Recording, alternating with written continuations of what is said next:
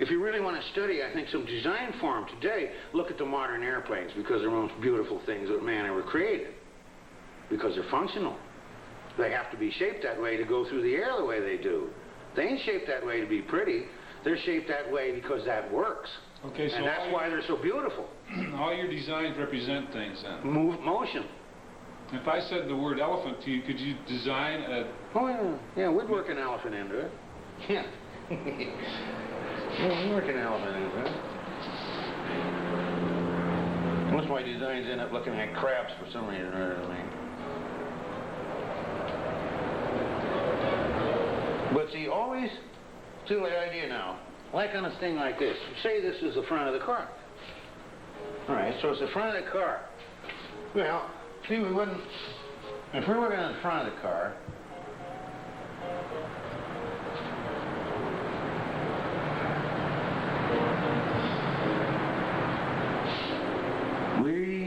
I'll give a little demonstration here on that little difference we say the front. On just something, you know, kind of simple like this. Of course, you realize there was one psychiatrist that thought all my stuff was Cubist porno, but the You didn't know it either, huh? No. I says, going in what direction? And he told me, I said, right, I was glad it wasn't the other. Okay, in here now.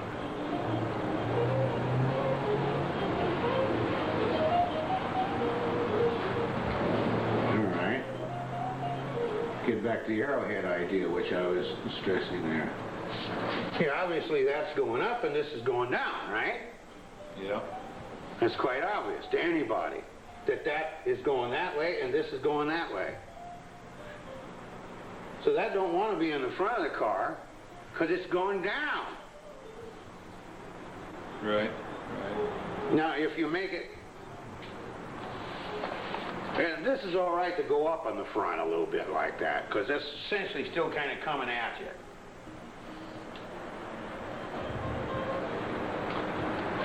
But once this is established, this is going down. Once it's established, everything from there is going down. Okay, so I mean, you want to just throw in pretty much the same little gizmos on it or something.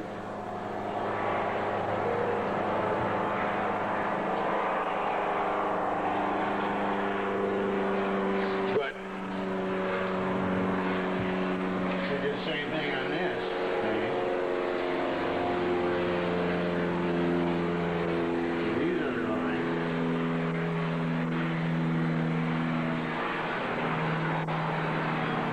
That's still going down and that's still going up. Yeah. Although those are the same. Or this one, if you did that on the side of the car, that's got to be aiming towards the front. Don't want to be aiming towards the back. That's the basic form that I think of all the time in the design shapes.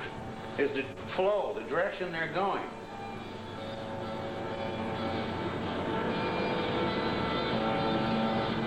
I might also, and I can't help but say it because it's in my goddamn mind, that this swirly thing now that's going on, yeah, I think that's all right for maybe circus wagons or maybe vans, which how many different ways can a box be going? A van is an impossible thing to deal with because it has no directional foundation of its own. How many different ways can you make a box go? I think the swirls are a cop-out. I really do. I want to see a guy stripe, then do the swirls, or do the swirls and then stripe. I just don't. To me, they don't. I don't think they're for cars. I think that's for something else. Trucks. I don't even think it's for trucks. No. Because of all the vehicles in the world, a truck is was supposed to be a practical vehicle. Yeah. So maybe you don't need any striping at all, right? But if it does, it should be more like machinery striping. I think the swirl thing belongs somewhere else. I'm not sure where. I mean, interior decorating maybe. Something that would be on maybe a safe or a cabinet, or it'd be nice in a kitchen cabinet. something like that. Somehow or other, I just don't see that on cars. I think it's a cop-out. I do. I think it's a cop-out. They just haven't... Because who's going to know whether it's right or wrong? Right? How can you change that idea into an elephant now? Either one of those.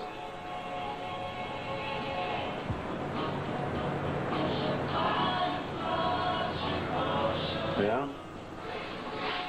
You always work these into different people.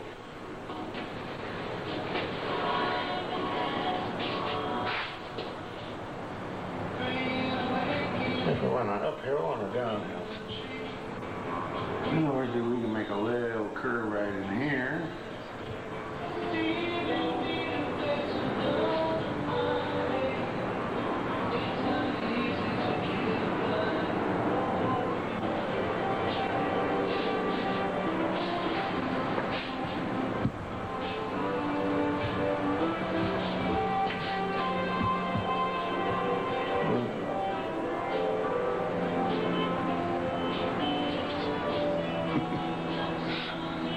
Seem developing?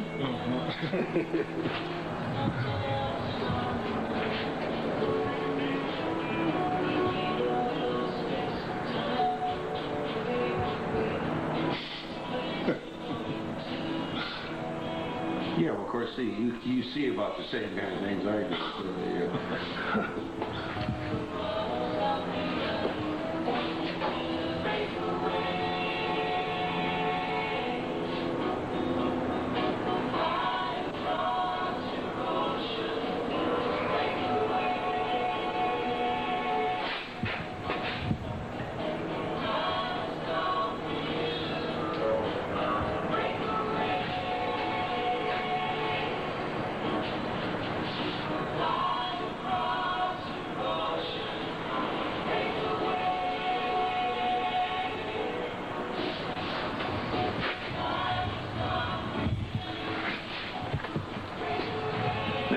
be in this kind of business, never be worried about getting paint all over you.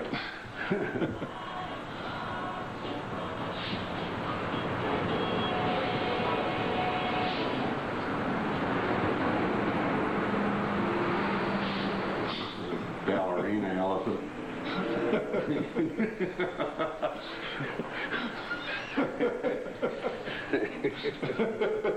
Huh?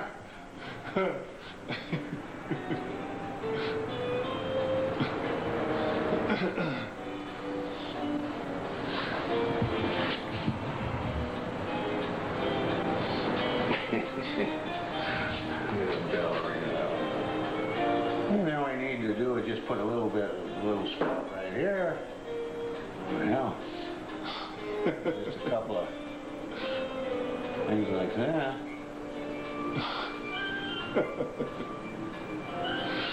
Everybody sees there's an elephant in there. Thing is to put things in people don't notice right away, right?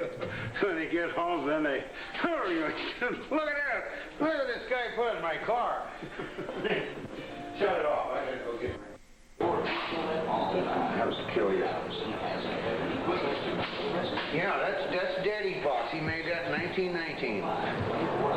No kidding, your dad's? His dad made that box in 1919. Of course, I mean, it's been repainted 1,000 times since then. Yeah. Didn't the old timers used to use that as a chair too? Yeah.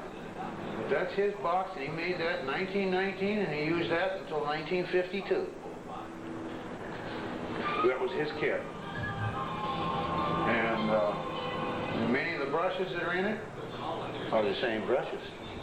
But Dutch, what does your dad think about these flying eyeballs? My dad thought I was crazy. He always thought I was crazy. My dad used to complain, you know Izzy.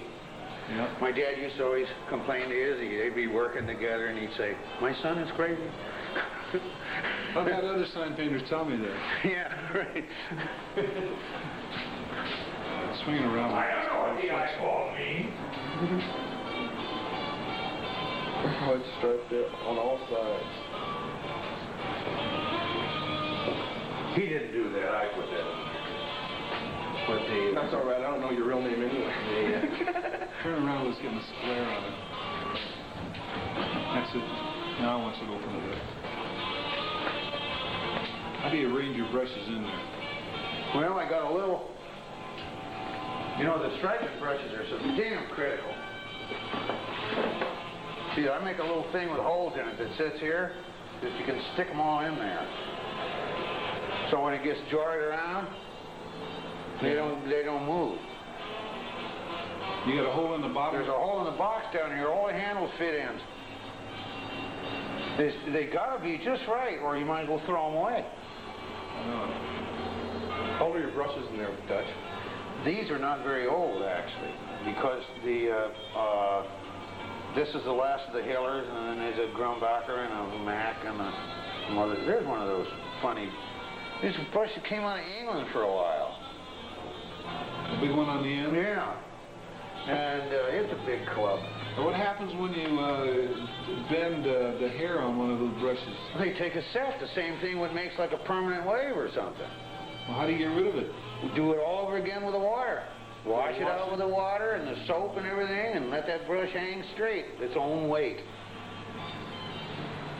Because that's the natural shape, the way the hair is plucked out of the brush. And that's when they work good, is when they're in their natural shape.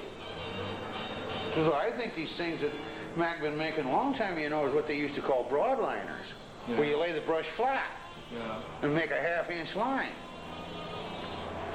They're not stripers, they're broadliners. Because it used to be in the old days, you know, when they striped carriages and cars and stuff, the broadliner did his job, and then further on down the line, the stripers put one on each side of that. The broadliner was a specialty, I think. That's all he did was make the thick lines. Then another guy's made the thin lines. Imagine what it must have been like at one time in an automotive situation of how, most extent, I think, stripers are a little cuckoo. I think you have to be able to concentrate that hard. Yeah. Imagine having a whole factory full of them guys trying to get control over them. No wonder they were happy when the chrome strip came along. Right? Oh, God, we're rid of them guys. When the quills, of course, just lay them in there flat. But make sure they got to be all in there too, because if they get crinkled up, throw it away. No good. What kind of oil do you use? Motor oil. For years and years, everybody used lard oil, including me. And you know what we found out? What? It was a scheme. It rots them. They sell you lard oil where they sell you the brushes. Right? That's right. It rots them. No, motor oil. Motor oil. Can't beat it. Yeah. Look how long it was in the ground and never dried up.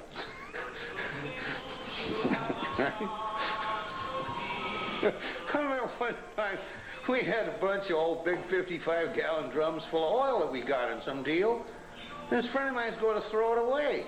And I says, what are you going to throw it away for? He says, oil's old. It's no good. This oil don't get old. Gets contaminated, but it don't get old. Those guys that reclaim oil. Yeah, it's supposed to be the best there is, although they usually have goons that go out and assassinate these guys or something that are pushing the reclaimed oil. Yeah. Then you have one junk box, you just throw a junk in. Now, what's in there? These are the long quills. Oh, here's one of them limey brushes. What is that? The English striper. It's a broadliner.